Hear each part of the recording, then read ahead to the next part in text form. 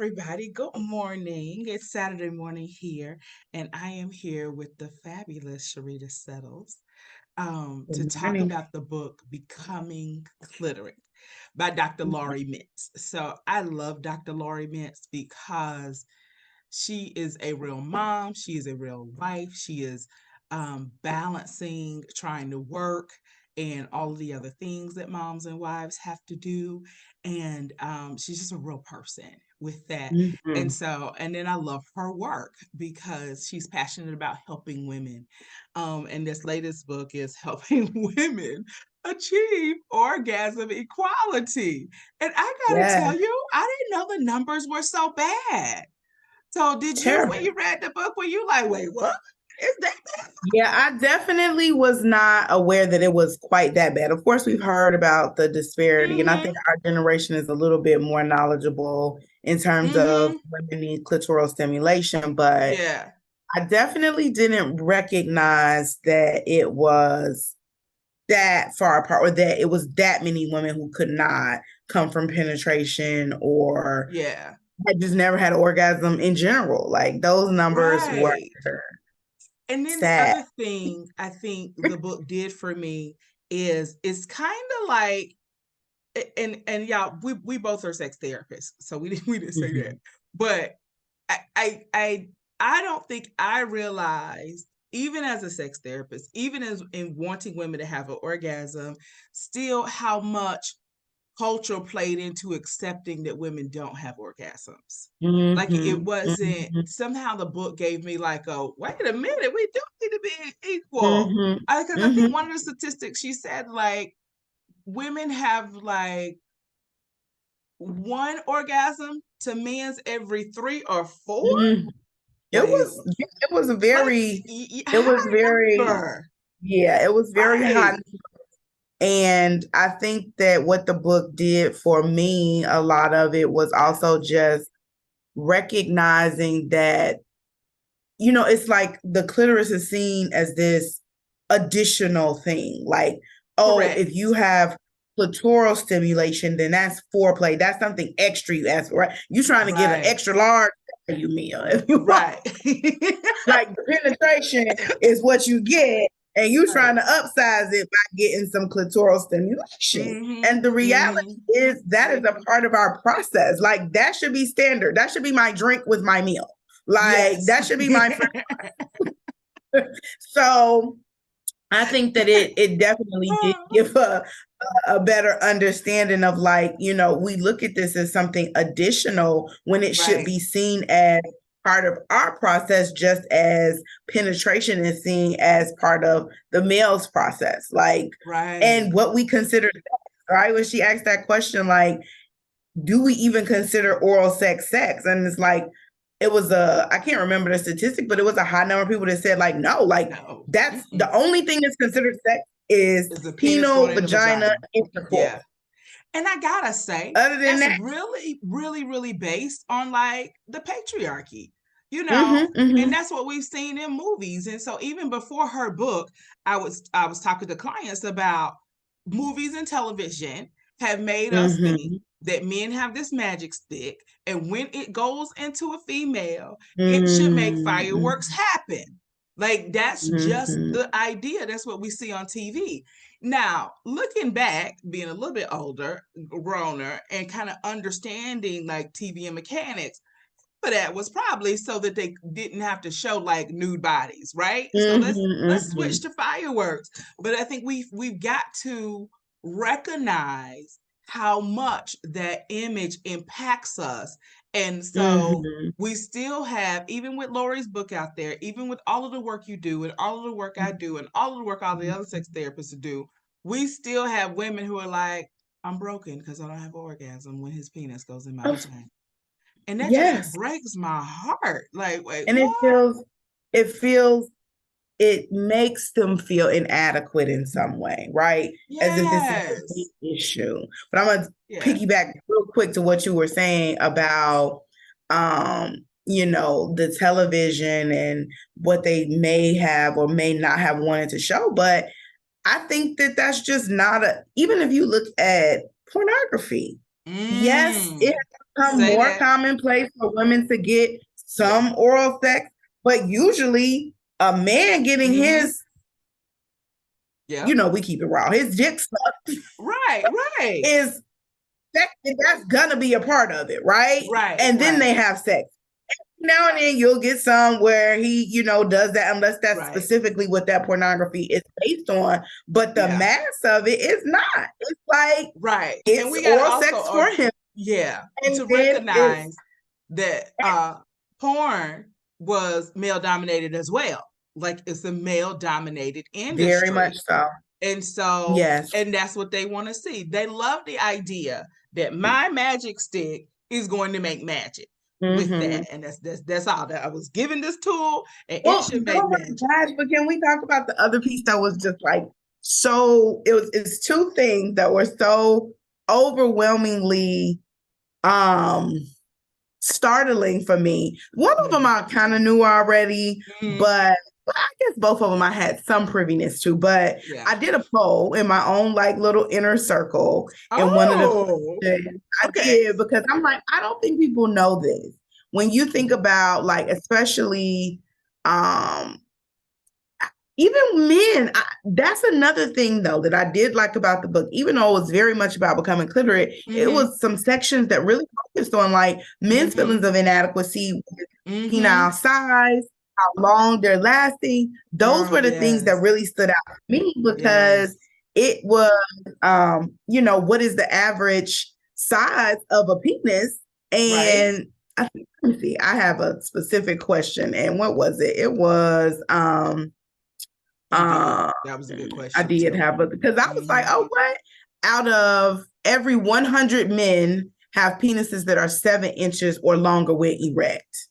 And the answers that I got was like 50% of men have a 7-inch or more penis, 35%, 40, somewhere along there. I'm gonna tell you who answered the question closest to right, and that was my mama. She said, "Girl, don't be sleeping on this wisdom of these old ladies." She said 5%, and the answer is 3. Like, only 3% of men have.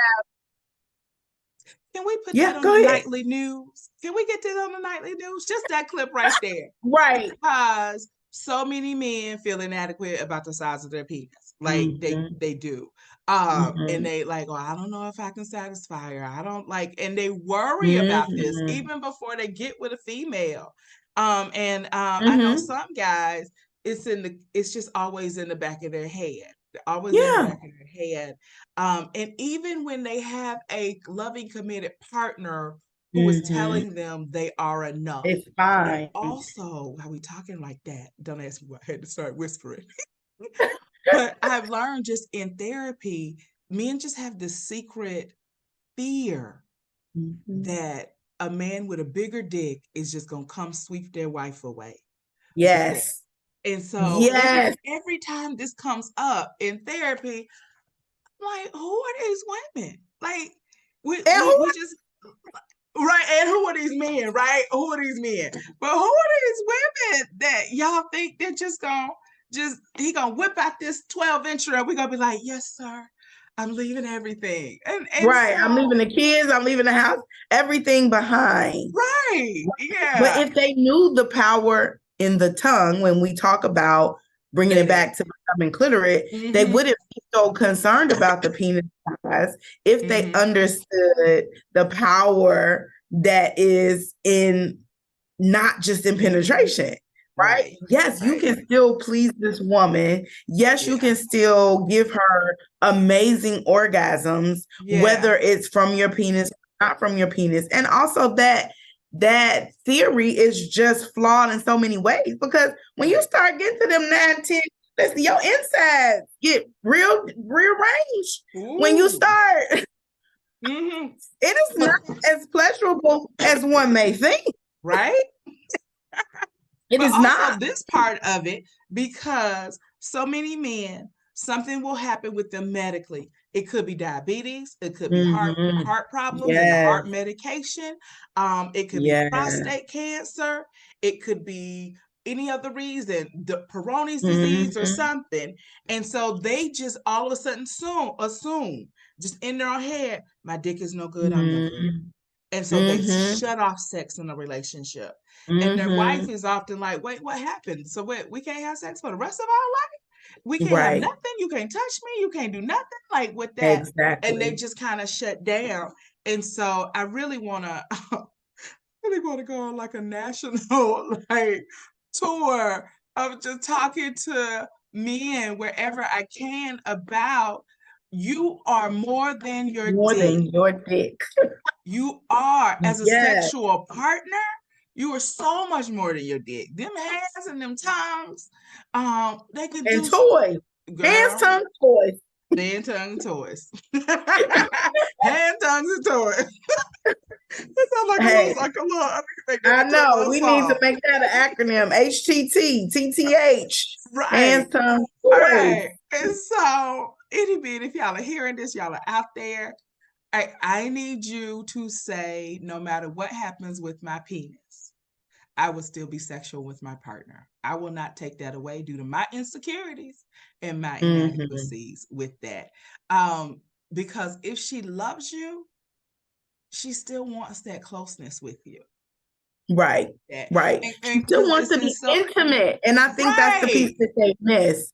Is the intimacy piece. Yeah. It is not just the penetration piece. And that's a broad misunderstanding when it comes to men and women anyway, right? Yeah. It's like women want this intimacy part of their partner.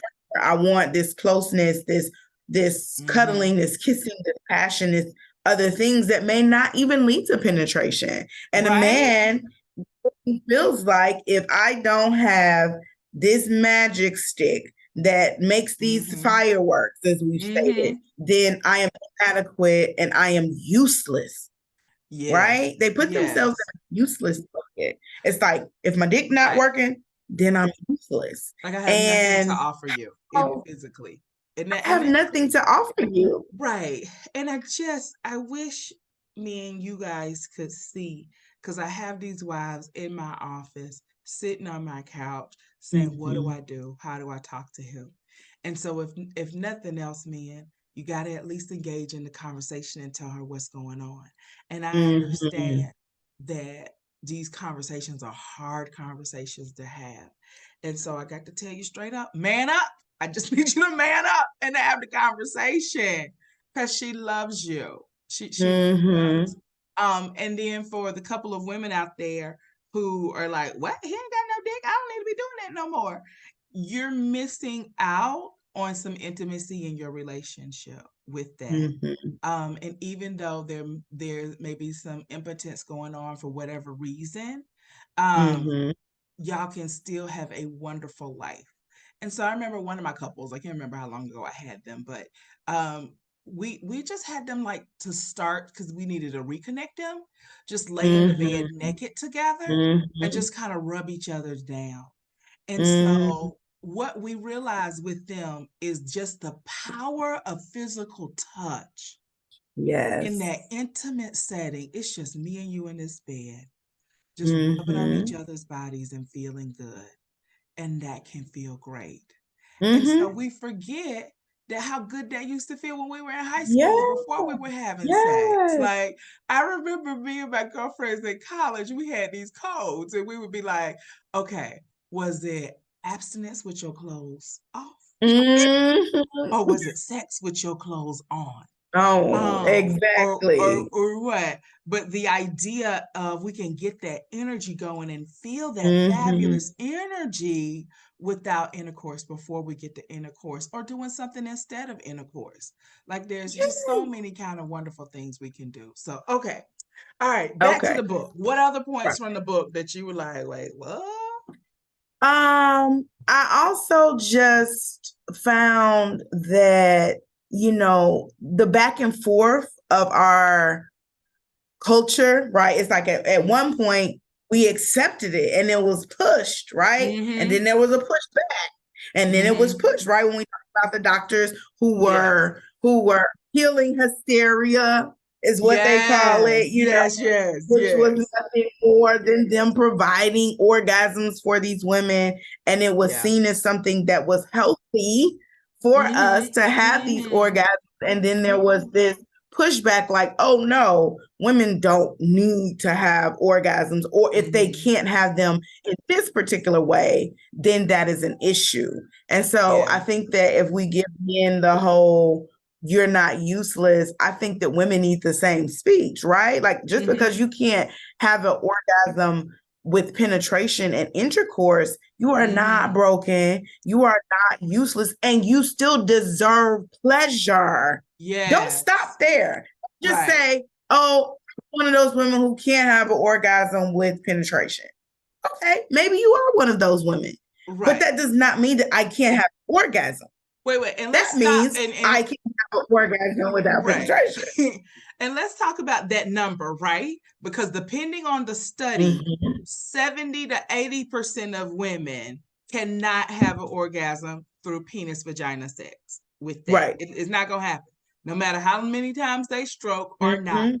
It's another Dr. Laurie Bebito with that. And in her, I don't know if it's her own personal research, but she has this video and she talks about that 20% of women who are having an orgasm doing penis vagina penetrative sex is because their clitoris, the woman's clitoris is still being stimulated in some way, whether he's touching it, is rubbing up against the penis, whatever it is, it still has to be some sort of clitoral stimulation for it to go down. And I thought that was very interesting. Yeah, it is. Like, oh, okay. Yeah. And learning how many nerve endings are in the clitoris, how large the clitoris can grow, that it is an erection just like a man's erection. And it's like whole organ. What was it? Was it 300%? 300%. What's 300%? Oh my gosh. And which I think I will even say a little anecdotally, is when you're pregnant, it might even get a little bit bigger. I've known people who have reported they feel like when they're pregnant. Yes. Yeah. It definitely is a different thing when you're pregnant.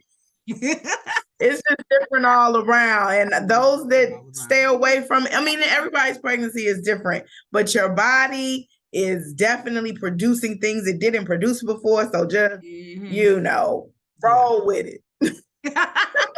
Do what it takes. But yes, to know that we have the same power in terms of like this organ that I possess that has been given to me also has some of these same capabilities. And think about how a man feels when he has an erection and he's not able to do anything with that. Right. How do you think our clitoris feel just hanging there, being untouched with all of this erection inside of them? And it's like, I can't get no relief. I can't get no love. I cannot get any clitoral love. So we have blue balls for clitorises. What do we call that? Right. Pink balls. Back in the day, they had blue balls, right? Right. Pink balls. Right. Something, because you're just neglecting this very, very beautiful part of us. And for women, you don't always have to leave it in their hands. Maybe they don't know what they're doing. Maybe they don't know how to do it. They don't. And so this is something, go ahead. No, I'll say in all of the sexual histories I have taken. And one of the questions is like, where did you learn about sex from? I'm gonna tell you, half the time it's my big cousin. It's always the big cousin. I don't know who these big cousins are, but they be doing some stuff. And then other times it's nobody. Or nobody. So big cousin, nobody, or porn. And like we said previously in the conversation, porn is not showing female orgasm like this way, that's needing the clitoris. And so he does not know. And so you are going to have to articulate it to him. Now, I would love for this to be in the opening conversation when y'all first started talking about sex, because most couples do. So, what do you like? Well, what do you like? I'm gonna need you as a girl to say, I need clitoral stimulation. Like, that's the way I have my orgasm. What do you know about that? With that, how comfortable are you with that, or something? What do you think? You're even when you were just talking about porn, I thought about when you said they don't show orgasms like that. Yeah. I don't know very often that they've showed clitoral orgasms, even though they may show them performing oral sex. Right. It's not to a point of orgasm. It's still either the man puts his penis, if you're talking about like the squirting and all of that, it still has to be either his fingers or his penis. Something has to go inside of her for her to have these immense orgasms. And it's like, whether it's squirting or non-squirting does not mean it can't be an absolutely amazing orgasm. So I don't know if they even show porn as, even when they perform oral sex in porn, it's still not to climax. It's just to then get to the penetration. So if you're looking to porn to be your guide, your guiding, guided or teacher, then you are setting yourself up for, unfortunately, that's not how it works. And the same for women. A lot of times they don't talk to people about sex. And so that's why I said a lot of times for men, I feel like it may be like a big cousin of porn, but for women, I found a lot, at least over half. It's like, nobody talked to me about sex. Like, I'm just fumbling around in the dark. Me and my friends, because they're not watching porn at the same rate. That may be increasing now that we have this, that is more accessible. But previously, they weren't watching pornography at the same rate. They weren't discussing it because that's something women did not discuss. You didn't sit around talking about. You didn't have that locker room conversation. So, really figuring out all of these things that I thought that I knew that I really didn't learn. I just made Right. I just really picked up along the way are not necessarily, true in nature. So now that I know that, that is part of the conversation at the beginning of a relationship. If we're talking about taking our relationship to the next level and being sexual and being intimate, or even if we already have, what is the harm in stepping back and saying, okay, what do you like? How do you like it? What do you enjoy? And I don't think there's enough. It's too much assuming. It's like, I just assume that he wants me to fake this orgasm, so I fake it. I just assume that she wants X, Y, and Z. Right. Don't even get into the faking of orgasms. If I could ask women one thing all over the world, please stop faking orgasms, especially in the dating relationship. And so I think that was also one of the statistics in the book on first-time hookups. The amount of women who have orgasms was 4%. Like, oh my gosh. So, so this is a dynamic that consistently happens in the therapy room. I have a guy in there, and his wife is trying to express, like, you can improve on being a better lover or what. And then he's like, well, every woman I have ever been with has always had an orgasm, and she's been completely happy with me. You're the only one who's been unhappy with me. Exactly. No, that's not that true. Ego comes on out. The only one who's verbalized it. She's the only one who verbalized it. And that statistic just really brought that back for me. And so, ladies, if y'all can stop lying in a dating relationship that y'all are having all these orgasms, please. That would be helpful. These guys, to the like, they look at me in utter disbelief, like, no, you're lying. Every woman I've ever been with has always had an orgasm with my penis. No. And that goes to, like, the math just ain't mathing on that. Like, it's not. And I'm gonna tell you orgasm from all of that. Right. Okay. I'm sorry. I was talking about another reason why. No. It all flows together. It all flows together. The other statistic that absolutely, which I had known this from my learning, but from my studies, shall I say, but that most men on average cannot last with thrusting penis in vagina sex much longer than it said 2.5 minutes. I've always been told like 3 to 5. But either way, right. Listen, you're not, so you have to do something else. 2.5 minutes? All of you out here talking about we gonna make love from sun up to sundown. Right? Y'all are not doing that. Stop it. Y'all are not. You are not, sir. Right. You're not. So you need to go ahead and add something on to that, because it's by itself, even 5 minutes. Right.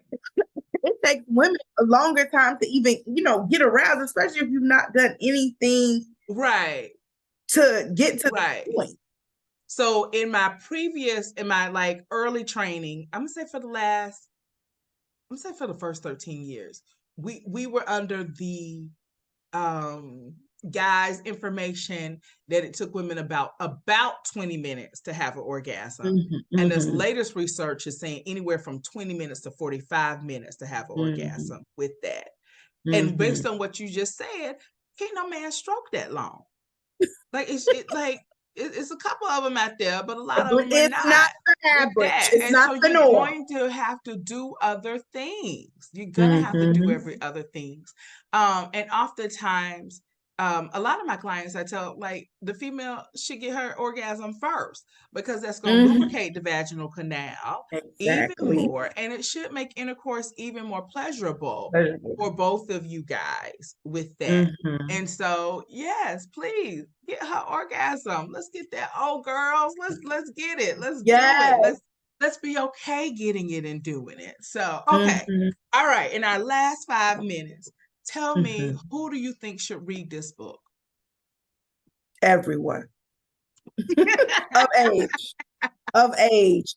And the reason that I say that is because it really does go, like I said, back to how generationally, which we've seen a lot of the boomers become more sexually active even after they've lost a partner or whatever the case may be. It goes back to that notion that for them it was unacceptable at that time. And so teaching them, also for the generation that's coming up now, teaching them is for men, so that they understand they're not inadequate, but how they can complement what they already have. Is for women to understand that they're not broken. It is just a very powerful body of work in terms of what we need versus what we've seen.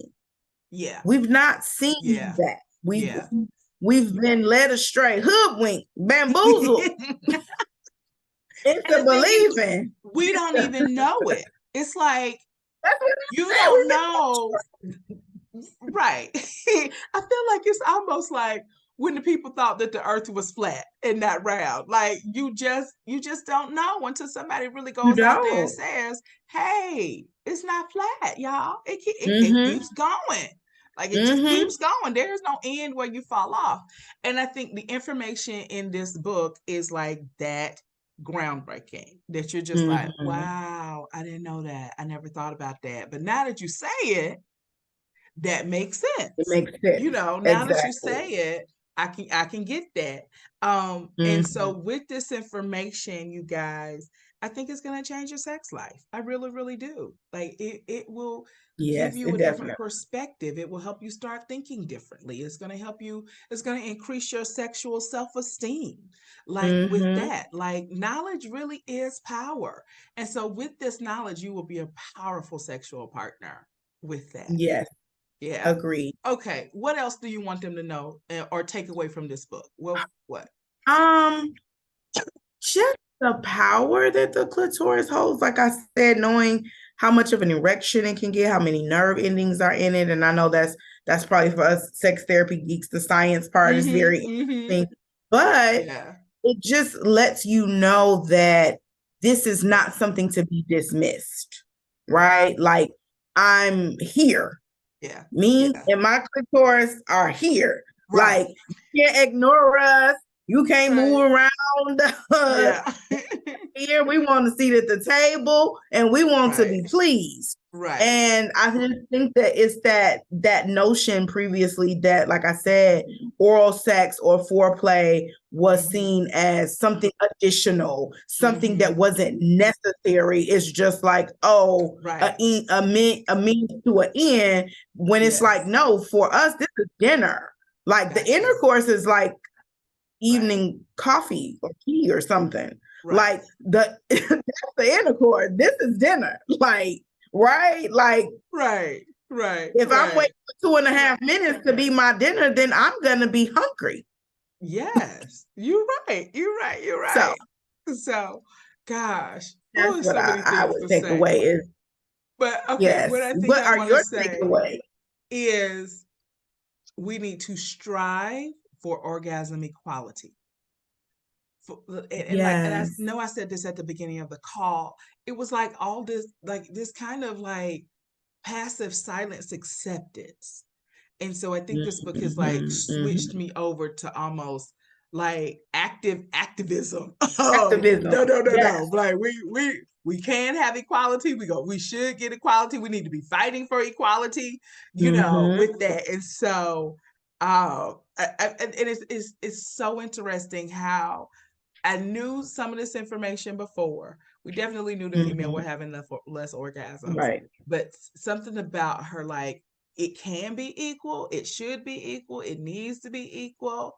Like with that, like wow, and that we need to like it's possible, like it's Yes. possible because I think we were also kind of, and I don't think like any of this was like consciously like conscious. We are not going to help women have an orgasm, but I think it was just kind of this passive acceptance of this is the Maybe. way it's been and this is the way it's always Maybe, going to maybe not. be.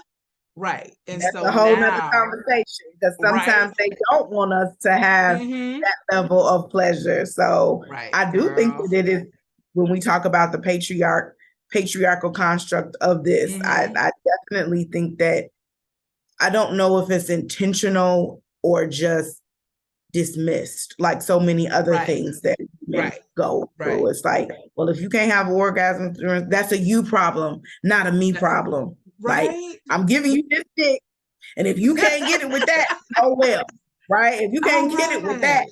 then oh Right. well. You're So right. I definitely Right. agree with the activism of like, you too can have an orgasm, and this is something that should be provided to you. Like, this should be part of Right. the 30 days. Right. Like, this should be Right. part of Yes. the all inclusive. This Yes. should be part of it. Like, this is not an add-on. Yeah, it's not an add-on. So, all right. I too would like everybody to read this book, but I especially want women reading this book because Yes. it's one thing for a partner to say this is what I'm offering, and you better take it or leave it. And just make it. It's another thing for you to passively accept that.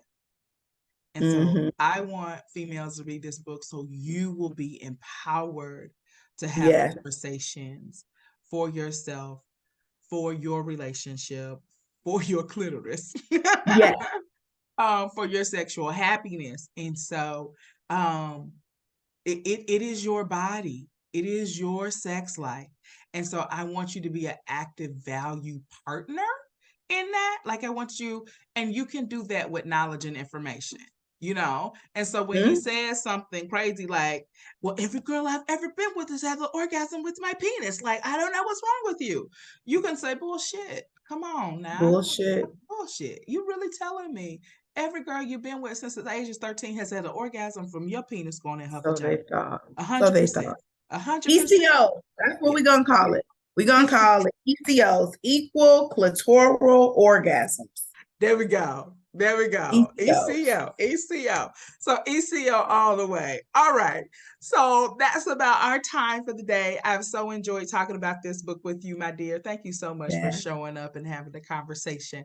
How can people reach you? How can people follow you? How can people? Yes, people can reach me at Relatable Rita on all platforms. That's Instagram, TikTok, and Facebook. Relatable Rita is who I am. I try to be as relatable as possible. I also book for speaking engagements, and as Miss Natalie said, we are sex therapists. I work with couples and all kind of other things, but you can find me at Relatable Rita. Okay. And I'm Atlanta Sex Therapy. And so, I'm Natalie Elliott. And so, we are here for you to support you in whatever way you need. We see individuals and couples.